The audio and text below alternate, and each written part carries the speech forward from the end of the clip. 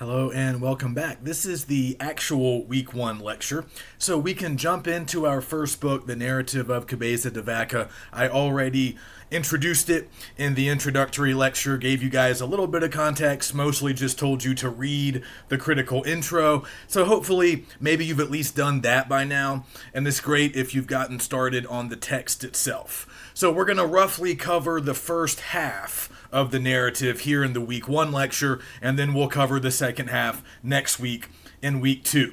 So I just wanted to return to a couple of things I mentioned briefly back in the intro lecture, beginning with this sort of ongoing debate that we can certainly participate in as to what exactly this book is. Like, how would we characterize it if we had to assign it to a genre?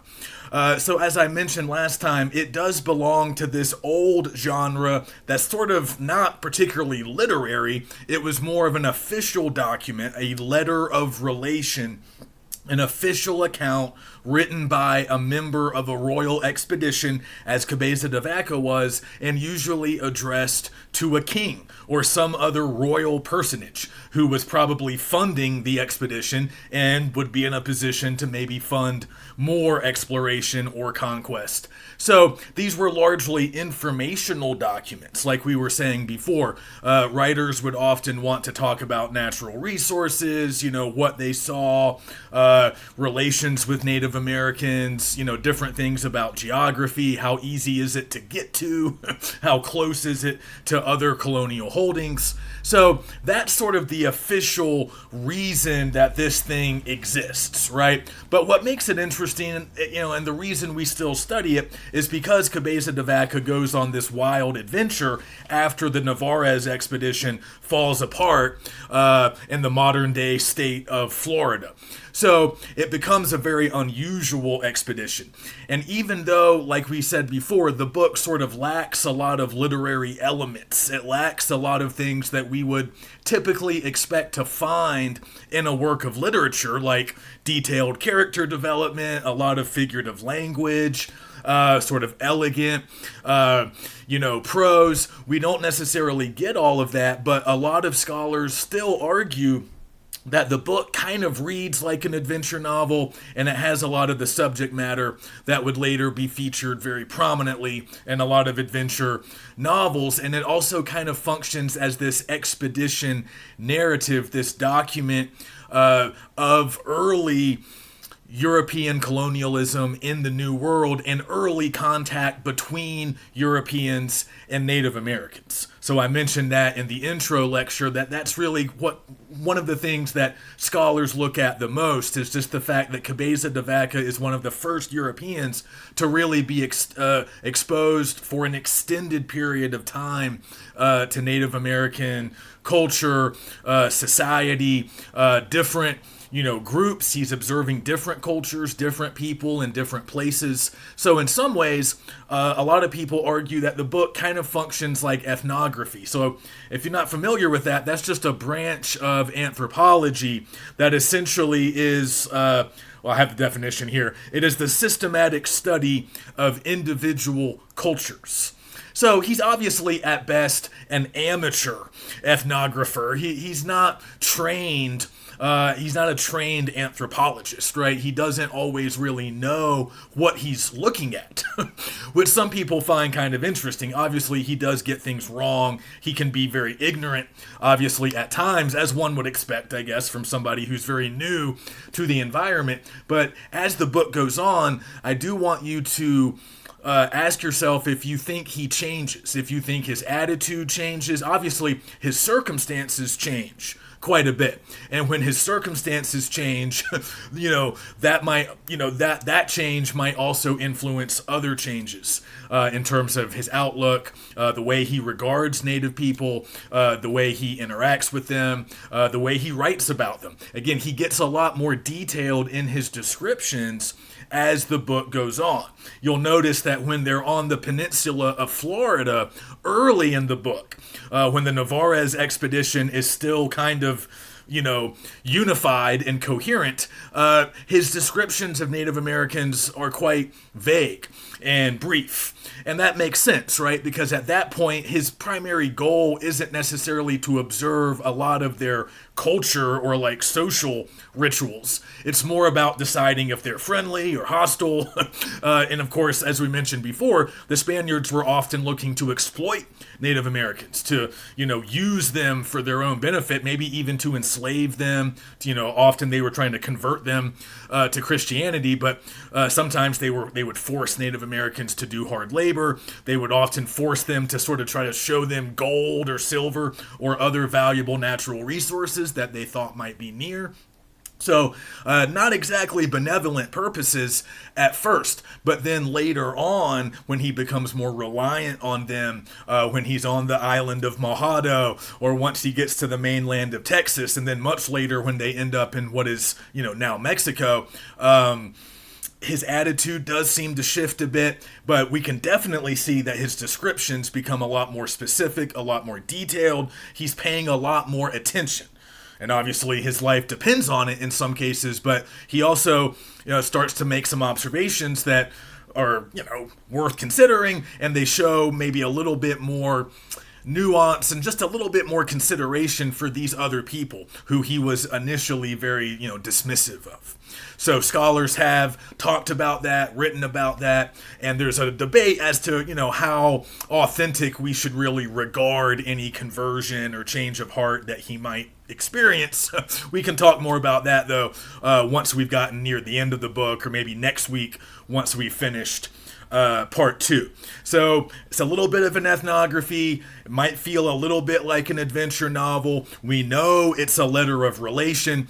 There's one scholar named Carlos Fuentes who claims that we can call it sort of early colonial lit, because it's one of the first, written documents of what would later become the U.S., a big swath of the New World. And this is very early in Spanish colonialism, very early in that period. We're still in the first half of the 1500s. So, roughly, just a few decades after Columbus and his discovery in the 1490s. So, it can be viewed a little bit that way. Fuentes talks about how even though it's not literature, it's not fiction, it has this element of the fantastic. And he's using that word sort of in the traditional sense when it means very imaginative, very fanciful, or very removed from reality. And this is a little bit paradoxical because, again, we are supposed to take this book as factual. We are supposed to take it as nonfiction, as real. But what he's saying is it often feels fantastical. It feels very removed from at least everyday reality. Even if we believe that it all happened more or less as Cabeza de Vaca says it did, it's still a very unusual sequence of events. It's not typical. It's not ordinary. And for Cabeza de Vaca, things are very strange. Things are very unfamiliar because obviously he's going to brand new places, and after the expedition breaks up, he is really totally removed from anything that would resemble, his old sort of European culture, civilization, sort of what he would have known, what he would have understood. So everything's very new for him and often very strange, and he struggles to understand what he's seeing. Sometimes he fails to understand, which means that we, as readers, might also struggle to understand. That's another thing that scholars have pointed out.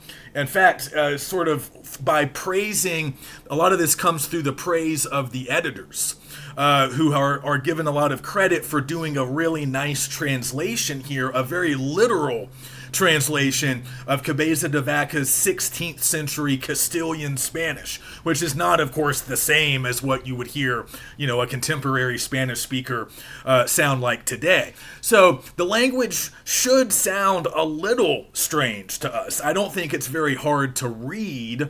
The sentence structure isn't terribly complex. The narrative, for the most part, is pretty straightforward and linear, though there are a few exceptions to that.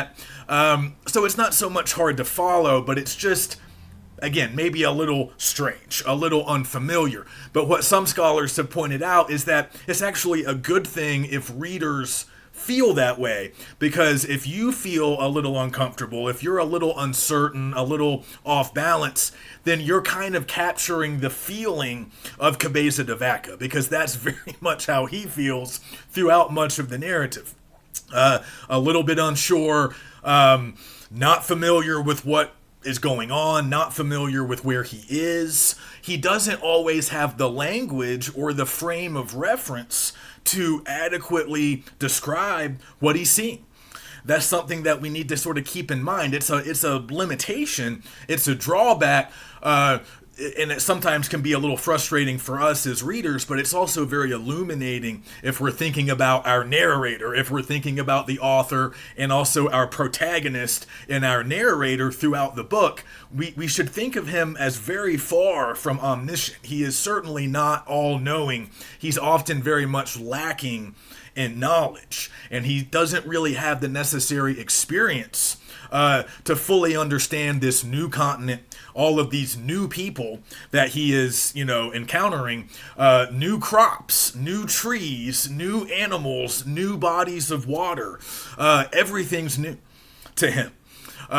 So that makes his experience strange. And then for us as readers, the experience of reading his old-fashioned language, and again, it's language that's sometimes inadequate to the task, that's strange for us. So now we're kind of occupying a similar headspace as him. So don't fight that. Don't feel like it's your fault if you feel a little off kilter, or if you find his writing style to be a little bit strange. It often does seem that way, to modern people. And, there's lots of reasons for that, but a lot of it has to do with the translation and also what he chooses to share and what he chooses not to share. We can talk more about that as we go along, but one thing we're going to notice, another reason why this isn't quite a novel, and obviously he's no novelist, he's not really a great, skillful writer of prose, but one thing that he doesn't do that a novelist would do is that he fails to dramatize several key, pivotal moments in the narrative. And we're going to identify a few of those both here in the week 1 lecture and next week as we continue through the part 2. There's several moments where he almost skips over the good part, like the really dramatic part, or he'll just summarize it in a sentence or two. And it leaves us wanting more. It might leave us with unanswered questions. And again, there's some reasons for that. I think his limitations as a writer is one reason, but also we need to remember what he intended this to be, right? This is a letter of relation. He was the treasurer of the Narvaez expedition, or the secretary treasurer. I can't remember exactly the exact title, but he's a sort of an official officer of this royal expedition. So it's his job, among other things, to write the letter of relation. So he tries to do that throughout the expedition. Obviously, for many years, once he's living alone with Native Americans, he doesn't have paper. He doesn't really have means to write in a lot of those situations. But once once his journey comes to an end, 7 years after it begins, he tries to sort of finish the job. He continues to maintain, these letters. He keeps writing letters. He keeps trying to document the expedition because that is his job. That's part of what he was supposed to do on this expedition. So, and again, he's addressing King Charles of Spain, telling him what they have seen, what they have gone through. But again, the unusual nature of this expedition means that there's a lot of focus on Cabeza de Vaca, right? He becomes the star. It's not really a story of the Narvaez expedition, or at least most of it isn't. It's mostly a story of Cabeza de Vaca, and to a lesser extent, his companions who also survive. But largely it's about him and his struggles and what he goes through. So a lot of scholars say, he's being very selective about what he shares because he's trying to avoid any blame for the expedition going bad. He's trying to sort of exonerate himself. He's trying to cast himself in the best possible light, even though objectively speaking, the Narvaez expedition was a failure. They went to the wrong place. They lost all their stuff. Most of the members of the expedition died.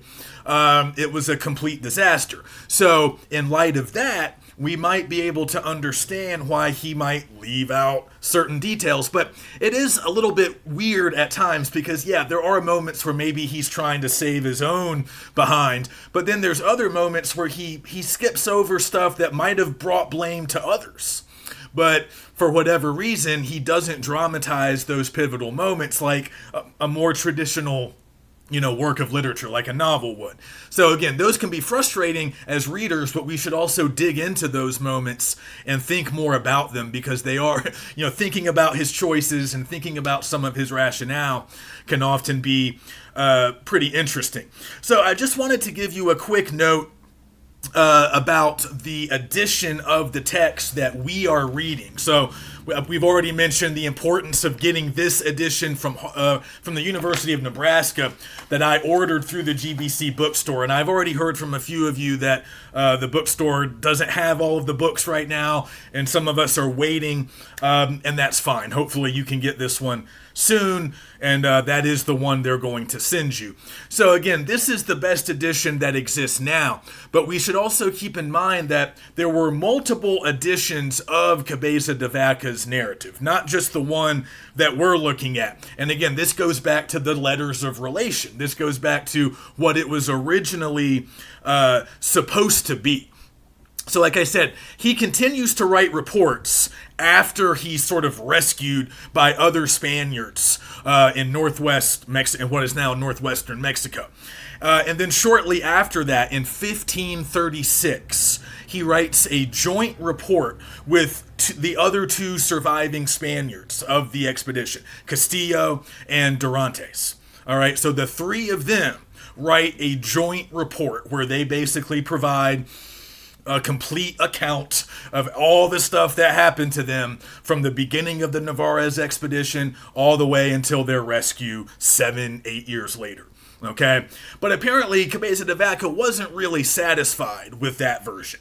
So when he returned to Spain, he begins working on his own version, and he writes it alone, as far as we know, and he mostly composed it between 1538 and 1540. And I believe it was published by 1542.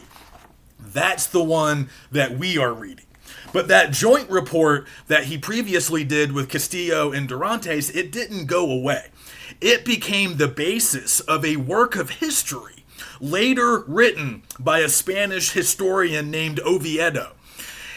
And you're going to notice in the book, they cross-reference to Oviedo's history quite a bit. All right, so don't be confused by that. The joint report was one of many documents that Oviedo used when he wrote his own history, a much larger history of Spanish exploration in the New World. But he had a whole section of his book about this expedition, about what happened to these guys from the Narvaez expedition as they wandered around.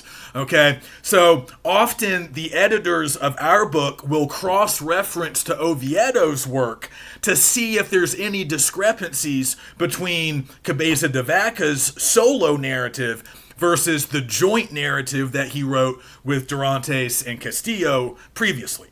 And what they find is there are some discrepancies. There are a few differences. They're usually not huge, but they often amount to how things are emphasized, or maybe how things get explained, or whether things get mentioned at all. And he does leave some things out that maybe he didn't say in the joint report, whereas in other cases he's putting stuff in that was not in the joint report. So there are some discrepancies, but for the most part, most of the major events line up. So that's another reason why historians usually grant a fair amount of credence to the events that Cabeza de Vaca is telling us. We don't think he was making a whole lot up. He probably got some stuff wrong. He definitely got his timeline mixed up a little bit, and he probably didn't always tell tell the full story about why certain things happened the way they happened. But it doesn't really seem like he was fabricating a lot, at least based on these other documents that the editors are using and cross-referencing. So sometimes they'll mention Oviedo in the footnotes. So just, keep in mind who he was. We're not reading him, but he was a reputable Spanish historian who had written a larger work about the history of Spanish colonialism in the Americas. All right. Oh, and just before we leave this all together, keep in mind that later, in the 1550s, much later in his life, Cabeza de Vaca published a new edition of this narrative, along with his experiences later as a colonial administrator in modern-day Paraguay. Because after kind of getting in some trouble with authorities in Mexico, he gets sent back to Spain, cools off, does some writing, and eventually gets reassigned. And goes to South America and serves in a sort of administrative capacity down there. So he writes a larger book, kind of like his memoirs, about all of his different experiences. The first half is largely a sort of new, updated version of the narrative. The second half is all about Paraguay.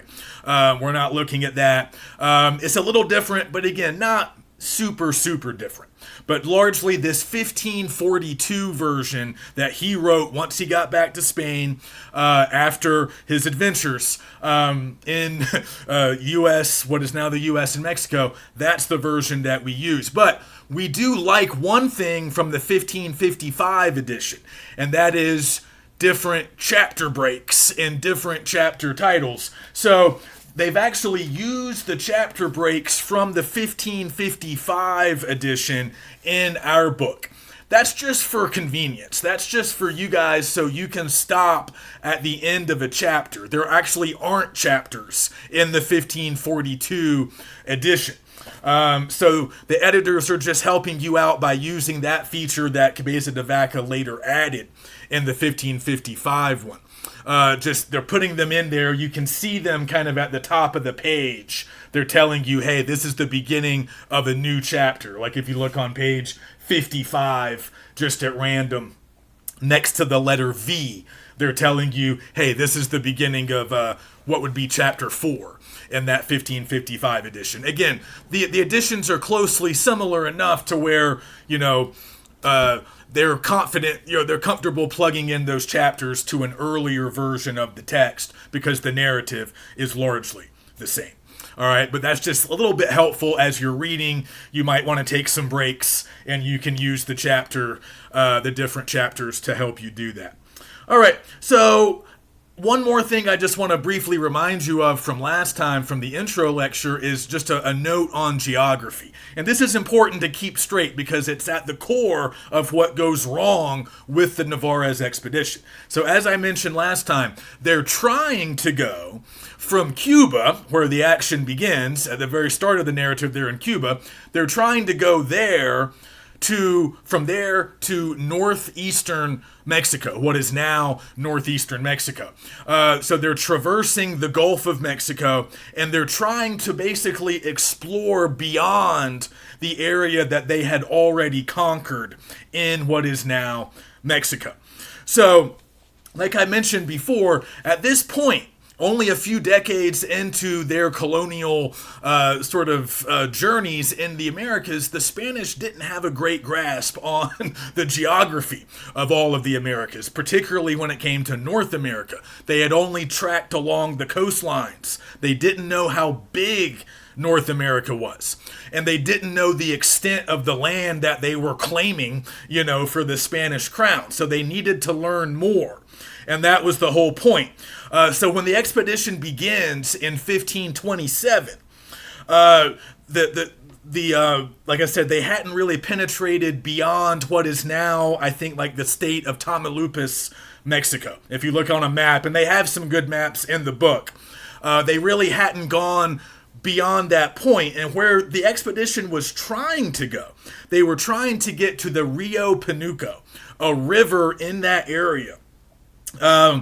And that was kind of their intended destination. They called that province Panuco, and it wasn't very well explored or understood yet. So they wanted to get there so they could then sort of venture out further north, or maybe further north and east, to explore this large landform that they still didn't know very much about. And of course, most of that landform would later become the United States.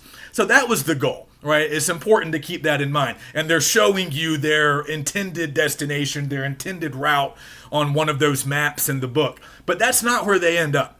They go the wrong way. And instead of going across the Gulf of Mexico to Mexico, they end up in the modern day state of Florida. Okay, the peninsula that we know today as the state of Florida. So here's a thing to keep in mind, and the editors tell you about this as well, but it can be confusing. So the Spaniards at this time referred to everything that they hadn't explored yet, everything north and east of Panuco that they didn't know. They referred to all of that mysterious landmass as Florida. Okay, they gave it the designation Florida. All right, now in the modern day, Florida only refers to that one state, that peninsula jutting out at the very bottom of the U.S. So in the book, when you see the word Florida italicized, they mean it in the way that the Spanish understood it back in the 1520s, as representing that entire mysterious landform that Cabeza de Vaca finds himself exploring. But that's not how we use the term, right? So when Florida is not italicized, they mean it as just the modern day U.S. state. Okay? So I hope I'm not getting that backwards. I'm pretty sure that's right. If that's not right, it's just the opposite of what I said. But just make sure you're clear on that, all right? And the editors try to explain it too. Just be clear on the geography. You don't have to be an expert, but look at the maps. Make sure you understand how far the Gulf Coast of Florida is from, Panuco, northeastern Mexico, where they were trying to go. And you can understand the extent of their mistake and their confusion. Right? Because they didn't understand the geography well enough to even fully understand their mistake. Right? Cabeza de Vaca seems to acknowledge that their pilot, the guy sort of in charge of navigating the ship, makes a mistake and kind of makes a wrong turn. But again, they don't understand the extent of this landform. They don't get how big North America is. So even though they've gone the wrong direction, and they kind of know that, and they land near modern-day Tampa, Florida. So again, that's easy to find on any map. That's a pretty major city now. So if you look for Tampa, Florida, you'll see the general location where they landed. All right, so they know they're kind of off base, but they think they might not be too far from Panuco. They might not be too far. Okay, so they don't really understand just how far away they are. So to some extent, they don't understand maybe just how badly they've messed up, or at least it's unclear from Cabeza de Vaca's narrative just how well they understood the amount of land they had to traverse, the amount of ground they had to cover if they wanted to end up in Panuco. So Cabeza de Vaca often talks about the way of Panuco. Their goal doesn't change. They still want to get there. And they start to think that maybe if they just start heading up the coast, the Gulf Coast of Florida, the western coast of Florida, what is now Florida, they think maybe if they just keep going up, they'll eventually get there. They figure, hey, it can't be that far. Right? They don't realize how big the Gulf of Mexico is. They don't realize how big the future United States is. So, again, a lot of sort of missing information, confusion, and that really permeates these early stages of the narrative while the expedition is on the peninsula of Florida. So, Cabeza de Vaca doesn't directly acknowledge the navigation error. I mean, he kind of mentions it in passing, but this is one of those examples. I think this is on page 55. Again, this is one of those moments where if it was a real work of fiction, the author would dramatize this moment, right? Maybe there would be a dispute. Maybe the pilot would overrule somebody and say, no, we're going this way. They end up in the wrong place. There would be some moment of recognition or realization, or there would be some, foreboding or sense of misgiving on the part of the protagonist. This would all be developed, right? This would be dramatized. There would be conflict. There would be, introspection. There would be, high drama, some type of pitched drama. Tension would get ratcheted up and then maybe resolved. But we don't really get any of that here. He just kind of skips over it almost in a single sentence. He mentions that the pilot miscalculated, did not know where we were nor where the port was. And then he just kind of moves on narrating the events. Again, he's more focused, I would say, on just the accuracy of the events, more so than drama, tension, character development, the things we would expect in fiction. But the story becomes more and more fantastic as the expedition goes more and more off the rails. So, hard to say exactly what was going through the minds of a lot of these characters, even Cabeza de Vaca. Many scholars point out that we don't, compared to, if we're comparing him to a protagonist in a novel, we don't really get a lot of interiority. We don't get a lot of access to how he's feeling, what he's thinking. He doesn't often really get into that, though at times he does. And later in the narrative, when the going gets a lot tougher for him, he sometimes does share at least brief details on as far as what he thought, how he felt, maybe why he was doing certain things. But we don't always get a ton of that, and we get virtually none of it for any other character. No interiority for anybody other than Cabeza de Vaca. So that can leave us in the dark sometimes when we're trying to understand certain things that happen. But again, in those moments, the editors will look to other documents. They'll go back to the joint report. They'll go back to Oviedo's history, which was in part based on that joint report that Cabeza de Vaca wrote with the other two guys. So they'll cross-reference, and they'll sort of make sure that most of this stuff does seem to check out and seems consistent. Even if we don't know exactly why they did it, we know they did it. And now we can talk or think more about the possible reasons why. All right, so what else did I want to get to in part one? So we can just talk a little bit about what they're doing, in Florida. They're lost, largely. They sort of enter into hostile relations with Native Americans almost immediately. They don't seem to have enough information. They don't have enough provisions. And there is conflict. Again, there's stuff that would be dramatized in a novel. There's conflict between Cabeza de Vaca and Narvaez.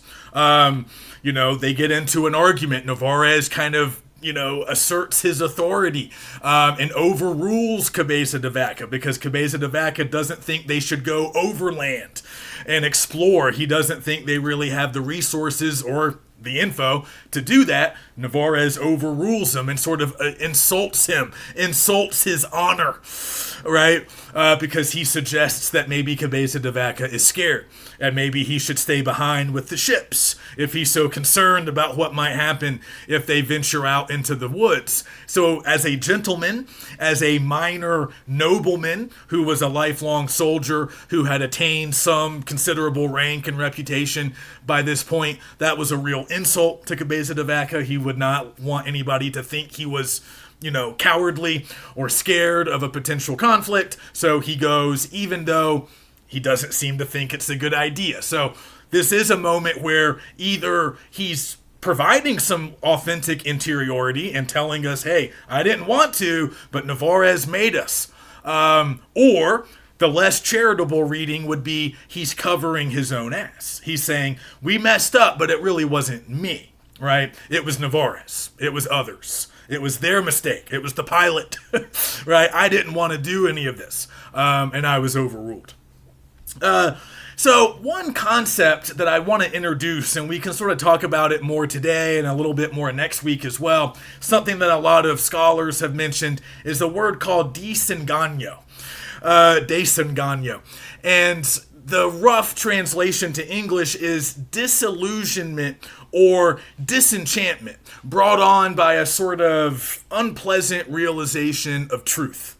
And some scholars have pointed out that that's an important thing to understand when it comes to this expedition and when it comes to Cabeza de Vaca himself. Because as most of these guys probably were, he's a believer, at least at first. He's a believer in the Spanish colonial mission.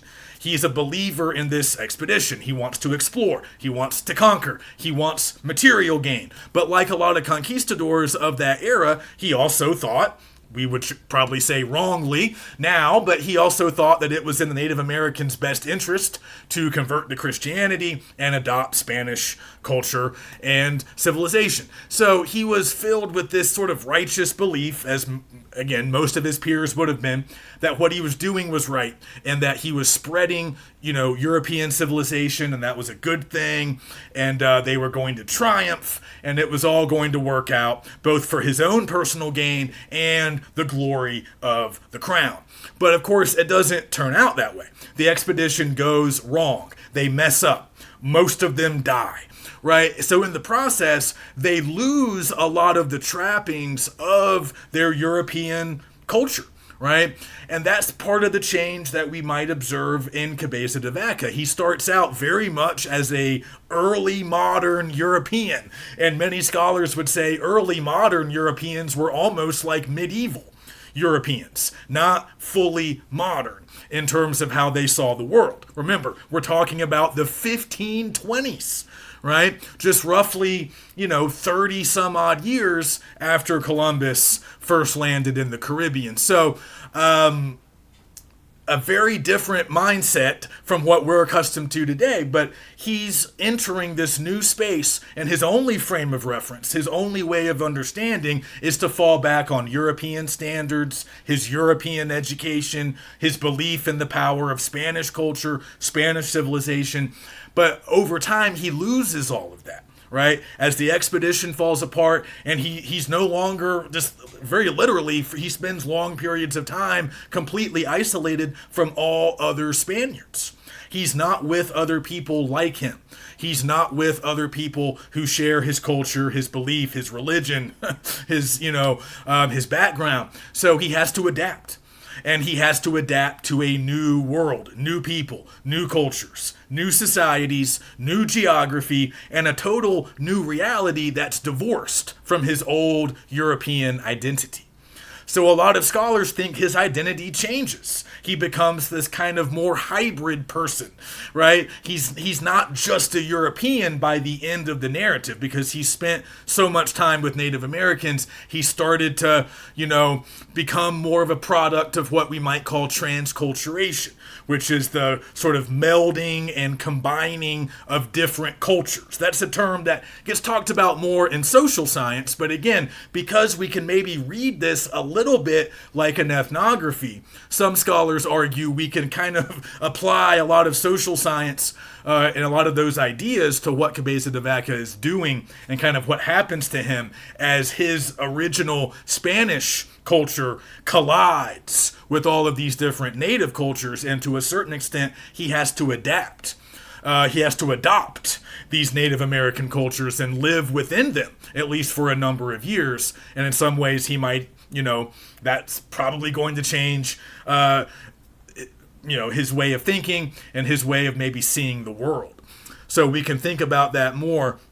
But the desengaño comes in from just understanding that they have failed, and that this triumph of European civilization is not going to happen the way he and his contemporaries thought that it would. And what ends up happening for them is very different. Right? They are often finding themselves in very compromising, very submissive or subordinate roles. At times, again, we see when he arrives on the island of Mojado in the Galveston Bay off the coast of modern day Texas. He's sort sort of forced into hard labor. He's sort of enslaved briefly, or at various times by some of these more hostile Native American groups. So that's not at all what somebody in his social position, somebody with his worldview, that's not something that he would have ever considered possible. That's not something that he could even maybe like fully comprehend. So again, you might notice when he's narrating those parts of his experiences, he again kind of glosses over a lot of the details. He just mentioned some of the hard labor, the fact that he was often naked, the fact that he was on the run, he's running away from people at times, he's sort of hunted down, he's being pursued, he's being mistreated. He doesn't linger on a lot of those details, but we know that he is in this sort of very unfortunate situation, suffering both physically and in other ways. Then at other times, his circumstances change. But everything that happens for him once the expedition breaks up, everything that happens from there on out is really beyond his frame of reference. It's beyond anything he would have ever expected or understood or really thought about. So yeah, he's disillusioned with the failure of the expedition, but he also just kind of has to let go of a lot of these trappings of European culture if he wants to survive in this new place. And a lot of lit scholars will tell you that idea, that is a theme that you're going to see in a lot of adventure novels, a lot of other future works that weren't necessarily based on this, but are similar to this, in that you take a European, you put them in the Americas or some new place, some place that's being explored. They're exposed to native cultures. It's different. They adopt, they adapt, they change, they grow, and they become something different. So some people think Cabeza de Vaca is sort of undergoing a process of self-making or remaking. He's not the same man, maybe, at the end of this book that he was at the beginning. Others would argue that no, he is. In fact, just a few years later, he goes to Paraguay to be a colonial administrator and to continue a lot of the oppression and a lot of the sort of discriminatory tactics that the Spanish colonial regime was, carrying out. So that's a debate maybe for next week. But, losing some of his European culture and having to adopt new cultures, that is a big part of the narrative. Whether it sticks or not, it does seem to dictate a lot of things that happen once the expedition breaks up. So again, I'm not going to get into too much plot summary, but just be aware of kind of what's going on the peninsula as things go from bad to worse for them. They get lost, they enter into conflict with various Native American groups, but they also learn about this sort of advanced native civilization that they call Appalachian. And I think you get some good footnotes about this. You can also look it up online, but this was probably a large confederation of different Native American groups that probably spread throughout the Southeast. Historians think it really was a thing, and the Spanish were probably pretty close to it. It was probably based maybe like in modern-day Georgia, and kind of encompassed North Florida, the Carolinas, the eastern parts of Alabama, Tennessee, and maybe more. And that confederacy was obviously disrupted and ultimately kind of broken up by the arrival of Europeans. But that's the society that they're hearing about, and they want to get there because they want to basically take their stuff. They hear that this is a society that cultivates crops and that maybe has like permanent residences or dwellings, and it's a little bit of a bigger, group compared to the smaller, maybe semi-nomadic groups that the Spanish first encounter closer to the coast. So they want to get to Appalachian, and they think that maybe going in that general direction will get them eventually to Panuco. But again, that doesn't happen. And even with Appalachian, right, they hear a lot of things like, oh, there's a lot of good stuff up there. They want to get there. That seems almost to promise, the possibility of salvation for them if they can get there, maybe pillage their crops, take their stuff, get some information, learn where they are. But that doesn't happen. None of the good things that they're hoping for really end up happening. So they have to end up, they're killing horses, they're building rafts, and they have to basically abandon their ships, get on those rafts, and track up the Gulf Coast. So by this point, they're like in North Florida, kind of up on the northern part of the peninsula. And again, if you look at a map, you can see they might even end up in the Panhandle a little bit. And again, they're getting probably close to the center of that larger Appalachian society, but they just never quite get there fully. But instead of continuing to explore overland, they get back to the water, and they're tracking up the Gulf Coast. They eventually kind of go underneath Alabama. They're sort of on the Gulf Coast of Alabama, Mississippi, Louisiana. But that's when everything goes to hell, right? The rafts are getting separated. Men are drowning. Some of the rafts are wrecking on these various islands that you can find out in the Gulf. And eventually, that's what happens to Cabeza de Vaca. He sort of shipwrecks or raft wrecks on the island of Mojada, which translates to the island of ill fortune, which is a pretty apt descriptor for him and for many of the other survivors. So this island is off the coast of the Texas mainland and what we now call the Galveston Bay. So I think it's still part of the Gulf of Mexico, but the Galveston Bay is kind of a section of it closer to the Texas mainland. So they're not that far from modern day Texas, but they're on this little island in a bay. And that's where things really officially change for Cabeza de Vaca. Not just his circumstances, but his own position, right? He was previously in a position of authority. Now he no longer is. He was previously leading many other Spaniards and other members of the expedition. Now he no longer is. So before, he had his letters of relation to write. They had conquest on their minds. They wanted to find natural resources, all this great stuff. Now, once they land on Mojado, that's a real break. Again, this could really be dramatized if we're thinking about this as a novel or a movie. This is a real break. This is a pivot point in the narrative where the focus for the characters really shifts to survival. Right?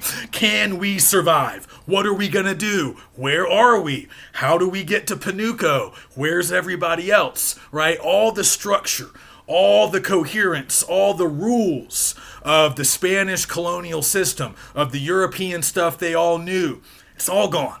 Right? It's gone. And now it's a quest for survival. And now it becomes really fantastical. Right? Now there's lots of stuff that seems weird, wild, wonderful in the traditional sense, and maybe even strange credulity at times. But again, it's good to feel that way because that's how he feels as well. Just one note about structure. As we've been saying, I think Cabeza de Vaca is usually a pretty straightforward narrator, but one thing to notice once they land on Mojado, and the editors mentioned this, there is a break from the sort of straightforward linear narrative style that we mostly get here in the book. And they mentioned that for a while, Cabeza de Vaca has to sort of double back and relate stuff that has happened to Dorantes and Castillo, the other two Spanish survivors who he eventually reunites with. And then there's also Estevancio, who was an African slave of one of those two guys, either Dorantes or Castillo, I can't remember. Historians think Estevancio was probably originally from Morocco and had been, probably captured by the Spanish during some military exploits there, and probably forcibly converted from Islam to Catholicism. And he became the property of one of these Spanish gentlemen taking part in this expedition. So that's why he's there, and he's one of the survivors, along with Castillo, Dorantes, and Cabeza de Vaca. It ends up just being the four of them.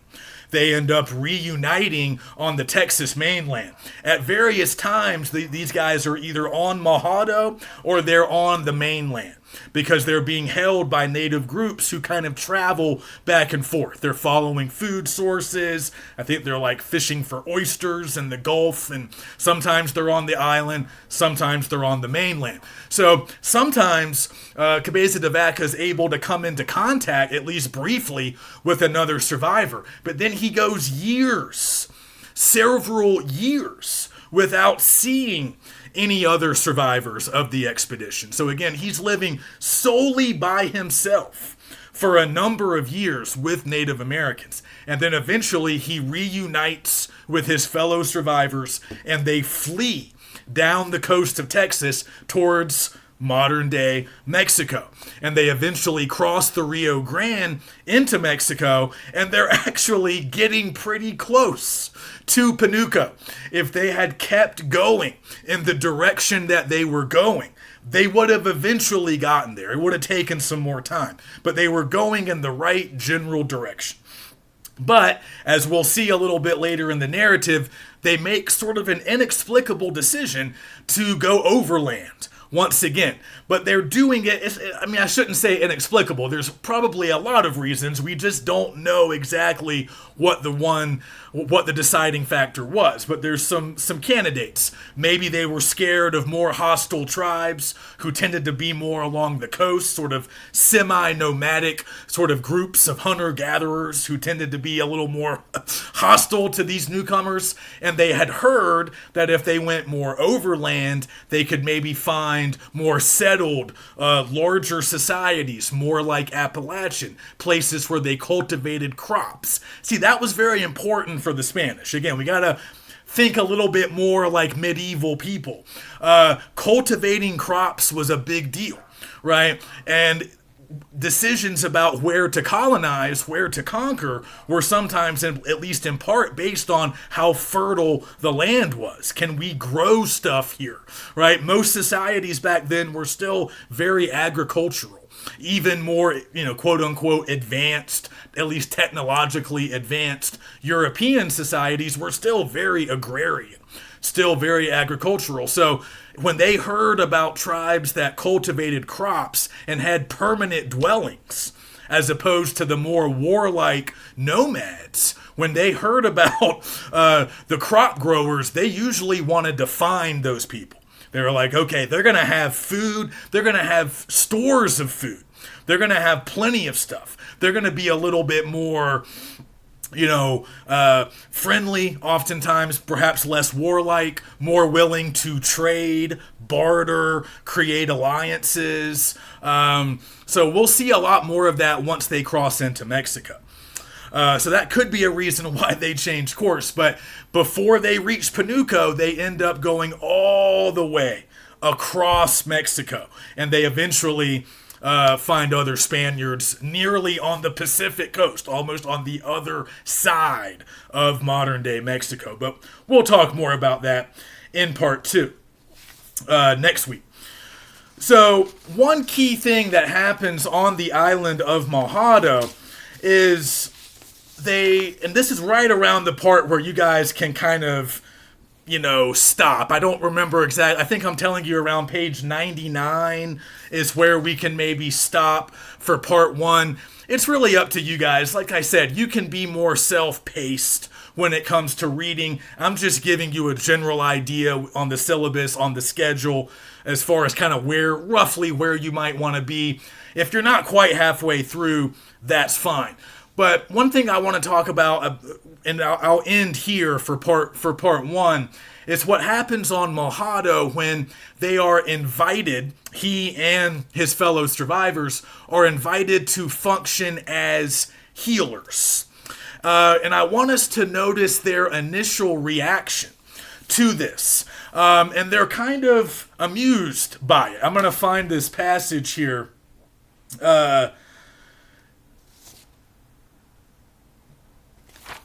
I think it's right around the point where we are stopping. Well, no. Actually, I was planning on doing that in part 2. So let me just end part 1 here, and we'll pick up on Mahado in part 2 as their situation has changed. And I want us to notice, again, this is kind of part of the ethnography. He's beginning to notice more about the customs and the sort of cultures of these native peoples. And they're starting to learn a little bit about their spiritual practices and their medical practices. And initially, he doesn't understand because they're so different from what he's used to as a European. But we're going to notice that he adapts and he starts to have at least some understanding. At the very least, he understands how he can fit in to this cultural practice, how he can make himself useful. And we'll see that in part 2.